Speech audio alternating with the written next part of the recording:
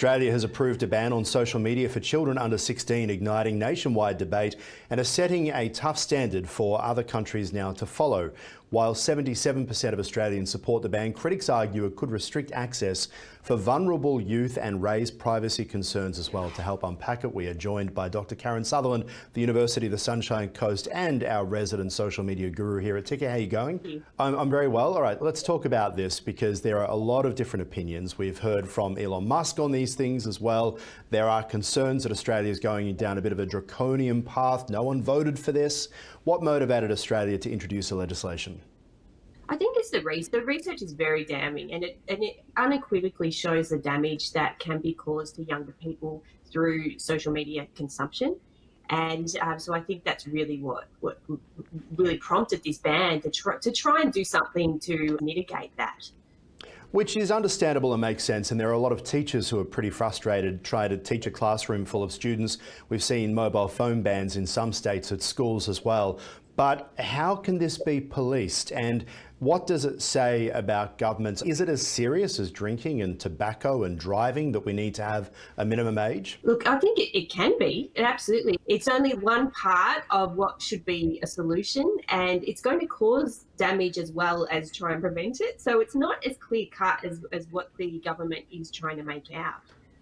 It's interesting that parents won't be able to overrule this and to consent for children to do it as well. I won't ask for your opinion on that, but we can talk about the fact that the government essentially has made this a blanket ban. We've heard from Leo Puglisi, who runs 6 News, which is a youth-focused, children-focused news network.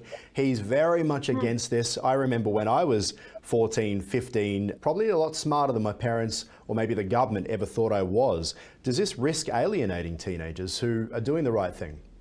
It does, and there's research by Dr. Larissa Loughlin. She did a lot of research into cyberbullying and the impacts, and what she found was that, say, a victim of cyberbullying, when you cut off their access to social media, yes, you're preventing them in being in contact with their bullies, but you're also cutting off their support network.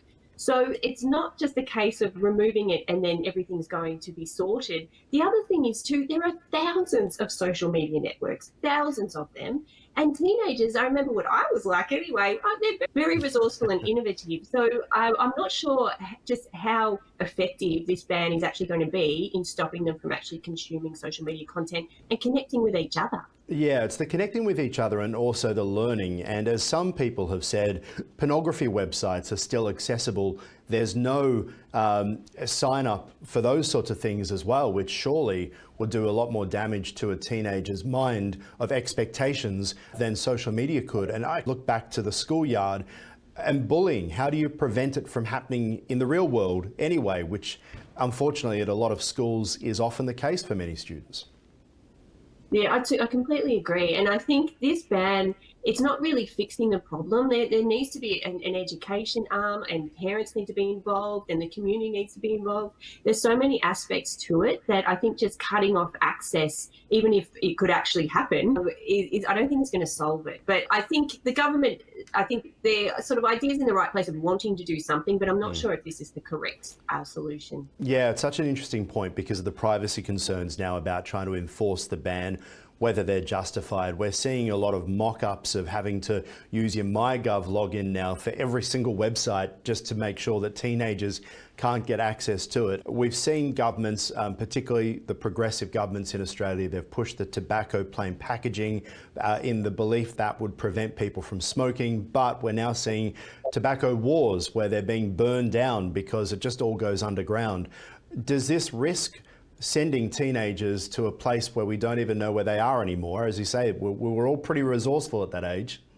Oh, absolutely. There are thousands of social media networks that I think the government doesn't even know. I don't think they've even been able to map how many. So going after the big players may look good, but what about all the others? Education and teaching younger people how to dissect content. We do media studies at secondary school and sometimes in primary school. We learn early that movies aren't real. So it's really important to instill those same skills with social media content.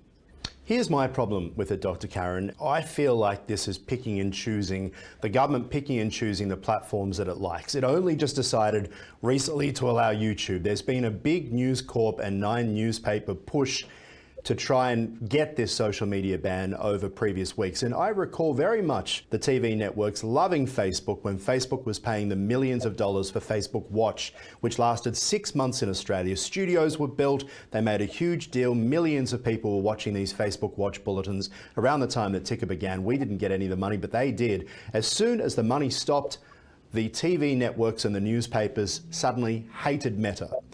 But YouTube continues to pay some of these platforms, some of these networks for news content. YouTube suddenly last week is no longer part of the ban, but the platforms that aren't playing ball, we saw Meta earlier this year say we're not paying for news in this country.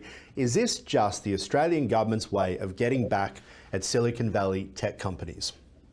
Possibly, and the way the decision was made so quickly as well has been called a sham by some politicians. There are apparently 15,000 submissions about this decision, and the closing date was the 22nd November, and then they made the decision yesterday. Apart from blitzing through them using AI, how could they actually really take on board 15,000 submissions and really read them carefully about whether people approve for it or against it?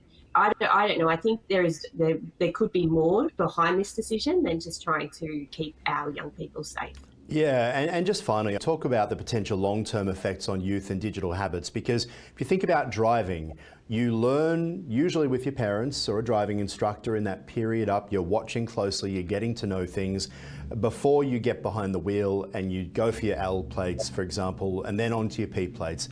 This is a sudden coming of age at the age of 16. This is a sudden, you're on social media. And I just wonder, as teenagers develop at different points, some develop early, some develop later, it's such a formulative period. To have an on-off switch at a certain time on a birthday feels a bit forced. What do you think? We should be teaching our kids from a young age. Kids are using iPads in primary school and even younger. So we need to teach them from as young as as they are at that age, when they start interacting with technology and media, how to use it critically and how to actually use it as a tool rather than just immersing themselves in it, and what's responsible use, and actually instilling those skills and that approach from a very early age, not just cutting off and banning it and then giving it to them at 16.